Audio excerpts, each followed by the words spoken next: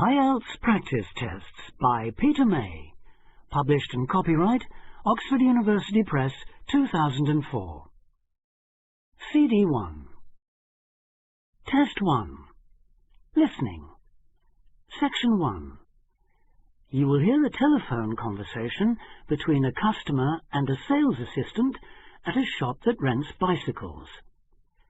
You will see that there is an example that has been done for you. On this occasion only, the conversation relating to this will be played first. Hello, Clark's Cycle Hire. My name's Keith. How can I help you? Oh, hello. I saw your ad in the local paper, and as I'm thinking of doing some cycling, I'm wondering what kinds of bike you have and what your prices are like. Well, we hire out two main types of machine, touring and mountain bikes. Are you likely to be riding off-road, do you think? No, I'll probably be sticking to roads and country lanes, so a touring bike would be best, I think. The type of bike is touring bike, so touring has been written in the space. Now we shall begin. You should answer the questions as you listen, because you will not hear the recording a second time. Listen carefully and answer questions 1 to 7. Hello, Clark's Cycle Hire. My name's Keith. How can I help you? Oh, hello. I saw your ad in the local paper, and as I'm thinking of doing some cycling, I'm wondering what kinds of bike you have and what your prices are like. Well, we hire out two main types of machine, touring and mountain bikes. Are you likely to be riding off-road, do you think? No, I'll probably be sticking to roads and country lanes, so a touring bike would be best, I think. Right, well, the rate will be £50 for a week or £14 per day. So it's a lot cheaper to rent by the week? Yes, definitely. Though it's important to bring the bike back on time. Otherwise, I'm afraid we have to charge a late return fee. And how much is that? For each additional hour, it's £1.25. So if you were a day late, it would cost another £30? Yes, that's right. I'd make sure I didn't do that then. I should also point out there's a deposit which you get back when you return the bicycle. In good condition, of course. On touring models, it's £60. Is there anything else I'd have to pay? No, that's it. Though if you're planning to ride fairly long distances, you might like to have one or two accessories. Such as? Well, for another £5, we can supply lightweight bags, either panniers or the handlebar sort. It's amazing how much they can carry, and the way they're designed means they don't get in the way when you're riding. Well, I'll see. But what about essential things like a pump and a repair kit? I wouldn't have to pay extra for those, would I? No, there's no charge for things like that. Or for a lock. It's a good strong one, too. Just make sure you don't lose the key. That reminds me, what about insurance? What happens if someone steals the bike, in spite of the wonderful lock? Didn't I mention that? Oh, I should have told you that's included in the rental, too. And it covers everything, does it? It covers you against theft of the bike, yes, as long as it's securely locked at the time. You'd have to pay part of any individual claim, though. How much? If the bike was stolen and not recovered, you'd be liable for the first £100. So, if I do go ahead and rent one, how do I pay? By cheque or would it have to be cash? Neither, I'm afraid. We can only accept credit card bookings. Otherwise, we'd have to ask our customers for the full value of the machine as a deposit. I've got a visa in my name. Would that be okay? Sure. Test 1. Listening. Section 1. Now listen and answer questions 8 to 10. So if I want to have a look at the bikes, how do I find you? I live near the university, by the way. Right. First you take Woods Road as far as the main police station. I know it.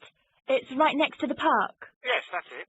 And after the police station, there's a turning to the right called Oak Street. At the big supermarket? No, it's before then. It's actually between the police station and a garage on the other side. Okay. So, you go down Oak Street until you reach the health centre on the right. If you get to a pub called the Maple Leaf, you've gone too far. All right? Yes, I've got that. Now, opposite the health centre, there's a pharmacy, and we're just behind that. Okay, fine. I'll try to call over sometime tomorrow. Great. See you then. Bye. That is the end of Section 1. Test 1. Listening. Section 2. You will hear an extract from a radio program for people who live abroad. Listen and answer questions 11 to 17. You're listening to Expat News, a weekly broadcast for the English-speaking community in this great city. In today's programme, we'll be hearing from Tom O'Hara, who's going to tell us about all those different associations he can join. Tom. Good evening. Yes, in a city with so many of its residents born outside the country, it's hardly surprising there's such a huge range of expatriate clubs and societies. And many of these, of course, are aimed at English speakers. So, first, and perhaps most obviously, we have the sports clubs, which in some cases field teams in things like rugby and tennis that compete against clubs in other parts of the country, or even abroad. You don't have to play at this level to have fun, though. They can be just a great way to do some exercise, and of course to get to know other people, especially if you're new in town. The same can be said of the many hobby and interest clubs that have sprung up here. Everything from landscape photography, such as the Viewfinders Club in the Harbour District, or Focus on the Airport Road, to old favourites like stamp collecting. Remember that this country has a long tradition of unusual and perhaps even eccentric societies, so there should be something for everyone. A place where you can meet people of different nationalities with the same social and/or cultural interests as you. For those who may be interested in rather more than just friendship, there's a wide range of lively social clubs. Several singles associations organise dancing of various kinds, while for people in a real hurry, there's speed dating, in which everyone talks to everyone else for just 5 minutes. Then, at the end, they decide which of them they would like to meet again by ticking their names on a list. In complete contrast to these are the many religious associations, reflecting the diversity of faith groups present in this multicultural city. Many of them, of course, have their own places of worship. Perhaps also of interest to those who've come here from other parts of the world are the international and cultural societies.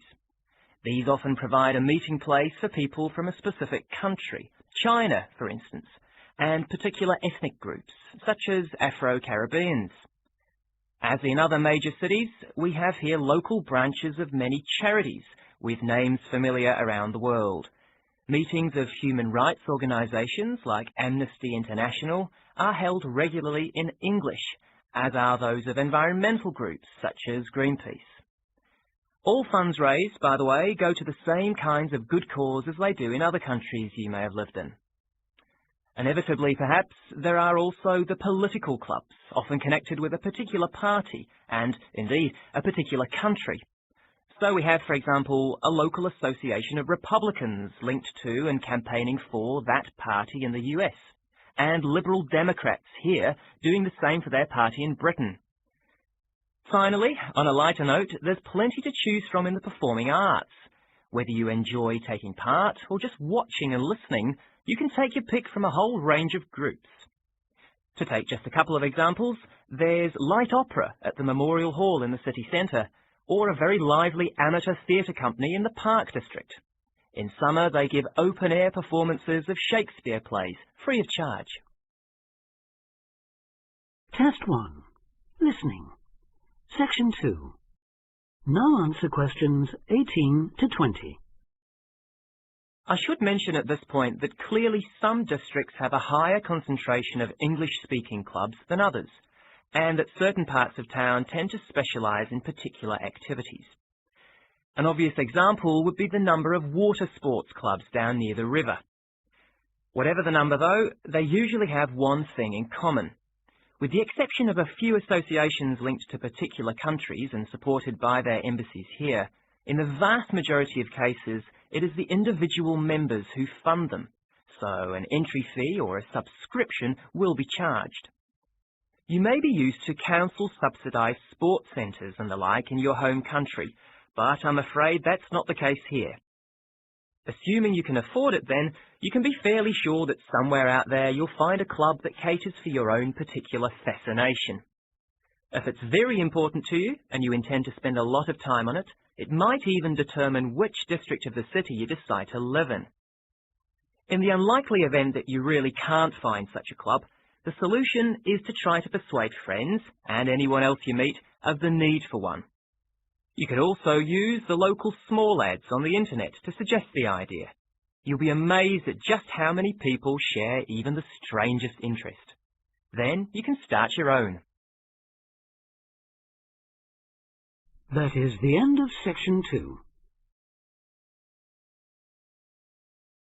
Test 1. Listening. Section 3. You will hear a tutor and 2 students discussing the best ways to study. Listen carefully and answer questions 21 to 25. Well, how are you both settling in? Fine. Yes, no problems. So far, anyway. Good.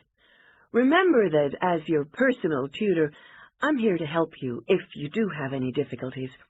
Now, as you know, lectures start on Monday, so I thought we'd look at a few ways of making the most of them, especially in terms of the notes you take.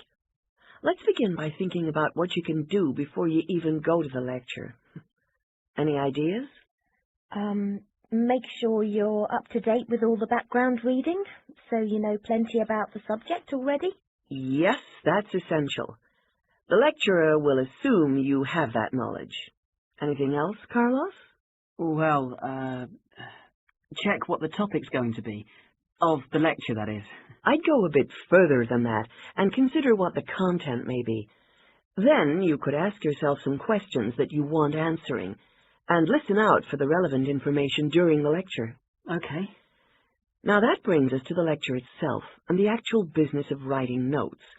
But there's a lot to deal with there, so we'll come back to that later. What I'd like to do for the moment is continue with the process of note-taking and move on to the next stage. Any suggestions for what that might be? When the lecture is over, you mean? Yes, once you're able to sit down somewhere quiet with your notes. Read them? More than that, you need to make sure they'll still make sense to you weeks, months later. Edit them? Yes, that's what's needed. It's well worth spending a few minutes on it. Any missing words, anything difficult to read, things you didn't have time to jot down, now is the time to do so, while everything's still fresh in your mind. Right. And after that, when's the best time to revise them? When do you think, Carlos? I'd say just before the next lecture, in the same subject. Precisely. That's a vital time to look at them again, for obvious reasons. But it's definitely not the only time. When should you revise them again? A month later, maybe? Sooner, and much more often than that. I'd recommend you look at them again once a week. That's why it's so important they're complete and easy to follow. Test 1. Listening. Section 3. Now answer questions 26 to 29. Right. Let's go back to note-taking and begin with the basics before the lecture has even started. What should you do when you walk into the room? Get a good seat, at the front if you can, where you can hear clearly and avoid distractions. Yes, though obviously others will have had the same idea, so it's as well to get there a bit early. So, when the lecture's underway and you're busy jotting things down, what should you try to ensure? That you're getting all the main points. And what if you don't catch something you know must be important? I'd leave a space.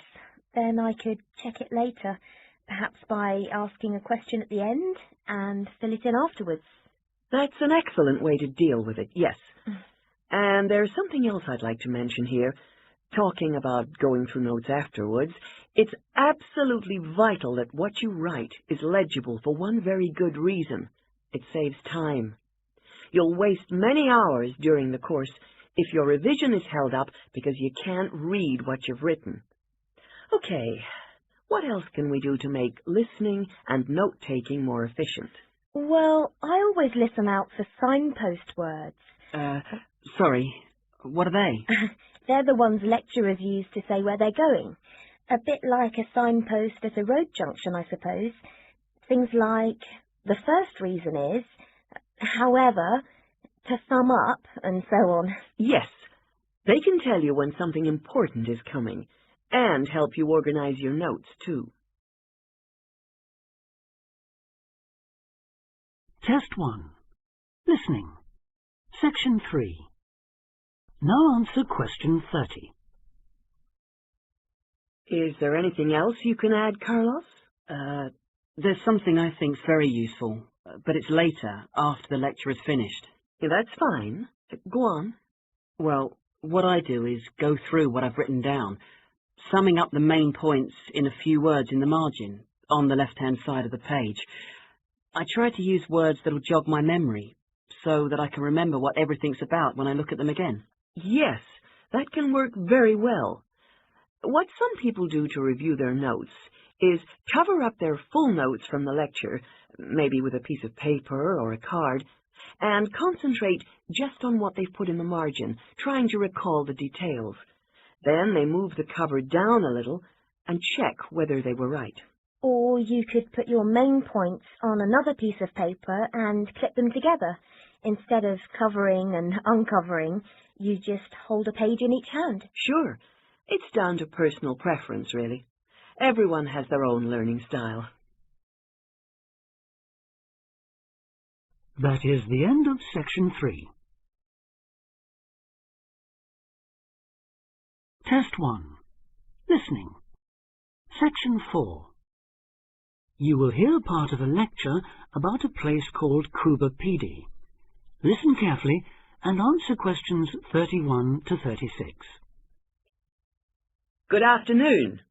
Today, we're continuing this series of talks on the development of the Australian outback with a look at Cuba Pedy, the desert town of opal mines and underground living, which lies 860 kilometres north of Adelaide and 690 south of Alice Springs. The inaccessibility, harsh climate and almost total lack of water made it a highly unlikely place for human habitation. But that all started to change in 1915 with the discovery there of opals, the precious stones which seem to change colour according to their surroundings. Settlements were established following the First World War, when soldiers returning from the trenches of France brought with them the techniques of living below ground in dugouts. The depression of the 1920s and 30s led to many prospectors leaving, but the town boomed again in the late 1940s, when shallow new opal fields were discovered, and immigrants from Europe arrived in large numbers after the Second World War. It must be remembered, though, just how hostile conditions were. Daytime summer temperatures reached well over 50 degrees centigrade.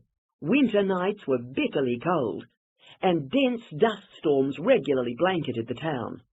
To cope with this, more and more people began living in disused mines and purpose-built subterranean houses, where the temperature remains at a comfortable 25 degrees all year round, so that eventually around 70% of the town's inhabitants had made their homes beneath the surface. This led to the construction of hotels and even churches below ground, as well as an entire underground shopping centre, the only one in the world. Test 1. Listening. Section 4. Now answer questions 37 to 40. Perhaps not surprisingly, this has now led to the emergence of a secondary industry, tourism. Increasing numbers of visitors come to see the tunnels and the caves with their ventilation shafts, the weird machines lying about in the town, and, just beyond it in the scorched red desert, the conical hills thrown up by the world's biggest opal mines. It's a logical stopping place for travellers, too. The nearest town to Cuba Pedy is Woomera, in the prohibited area once used for launching space rockets, but even that is an enormous distance away. Within the town itself, there are plenty of hotel rooms and a number of ethnic restaurants. Remember that Coober Pedy is one of the most multicultural places in Australia, with an estimated 45 nationalities represented, and its very own Opal Museum. A short distance from town, there's a section of the enormous barrier that runs thousands of kilometres across the country, the Dingo Fence, which is meant to keep these predatory wild dogs out of the sheep farming areas. Another attraction just outside town are the sets of various films made there, including Mad Max 3, as well as The Red Planet and Until the End of the World, names that reflect the harshness of the terrain and temperatures there. The name Coober Pedy, incidentally, comes from an Aboriginal expression meaning white man's hole in the ground. Next, I'd like to go on to talk about Broken Hill, another mining town, but one that... That is the end of Test 1.